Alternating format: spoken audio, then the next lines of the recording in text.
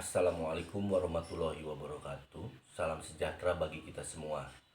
Perkenalkan, nama saya Yusuf Santa. Saya dari UPBJJ UT Bandung, Prodi Administrasi Bisnis. Pada kesempatan ini, saya akan menyampaikan sebuah topik tentang COVID-19.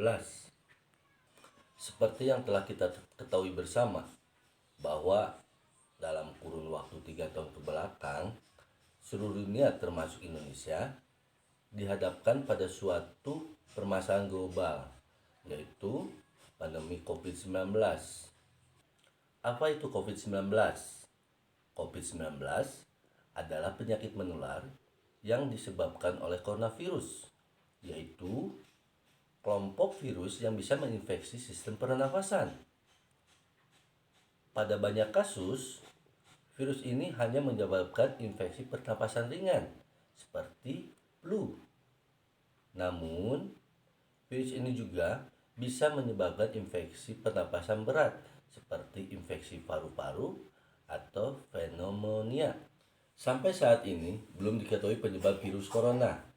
Tetapi, berdasarkan penelitian, kemungkinan virus ini disebarkan oleh hewan yang mampu menjangkit dari spesies satu ke spesies yang lain, termasuk manusia. Diketahui pertama kali penyebaran virus corona ini berasal dari kota Wuhan di Cina dan muncul pada Desember 2019. Orang yang terinfeksi virus ini masing-masing memiliki respon yang berbeda terhadap COVID-19. Sebagian besar orang yang terpapar virus ini akan mengalami gejala ringan hingga sedang dan akan pulih dengan sendirinya tanpa perlu dirawat di rumah sakit. Adapun gejala-gejala ringan hingga sedang yaitu penderita mengalami demam, batuk, kelelahan, kehilangan rasa atau penciuman, sakit tenggorokan, sakit dan nyeri pada badan, serta diare. Sedangkan orang yang mengalami gejala serius harus ditangani lebih intensif di bawah pengawasan dan penanganan dokter dan tim medis.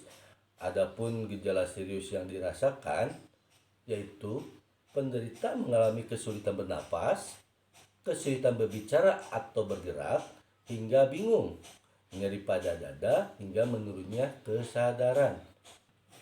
Rata-rata gejala-gejala ini akan muncul selama 5-6 hari setelah seseorang pertama kali terinfeksi virus ini.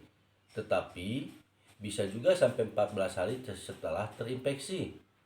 Proses penularan virus corona terjadi melalui beberapa cara, yakni ditularkan orang melalui droplet atau percikan air liur seseorang ketika batuk atau berbicara, adanya kontak erat antara seseorang dengan orang yang terinfeksi, seperti mencium tangan, berjabat tangan, berpelukan, dan lain-lain, serta menyentuh permukaan benda yang terkontaminasi virus corona, di mana virus ini dapat bertahan pada permukaan benda mati selama berjam-jam sampai berhari-hari. Menurut hasil penelitian, ada 4 varian COVID-19 yang berkembang di Indonesia dengan gejala-gejala yang ditimbulkan hampir sama, yakni batuk, demam, sakit kepala, sakit tenggorokan, nyeri pada otot, dan anosmia atau hilangnya penciuman. Keempat varian tersebut yaitu Alpha, Beta, Delta, Omicron. Namun dari keempat varian tersebut, yang memiliki resiko terberat adalah varian Delta. Sedangkan yang bergejala ringan adalah varian Omicron.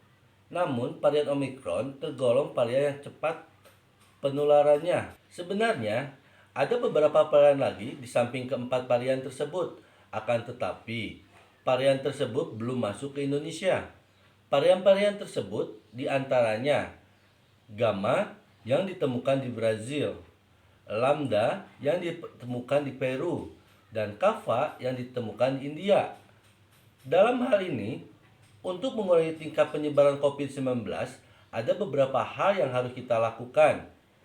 Cara yang pertama dengan mentaati protokol kesehatan dengan menerapkan 6M, yakni menggunakan masker, mencuci tangan, menjaga jarak, mengurangi tingkat mobilitas, menjauhi makan bersama, dan menjauhi kerumunan. Sedangkan cara yang kedua, yakni mengikuti vaksinasi yang telah diprogramkan pemerintah dari mulai vaksin 1, vaksin 2, dan vaksin booster. Kedua hal tersebut cukup efektif untuk mengurangi tingkat penyebaran COVID-19. Demikian penjelasan dari saya tentang pandemi COVID-19. Semoga bermanfaat bagi kita semua.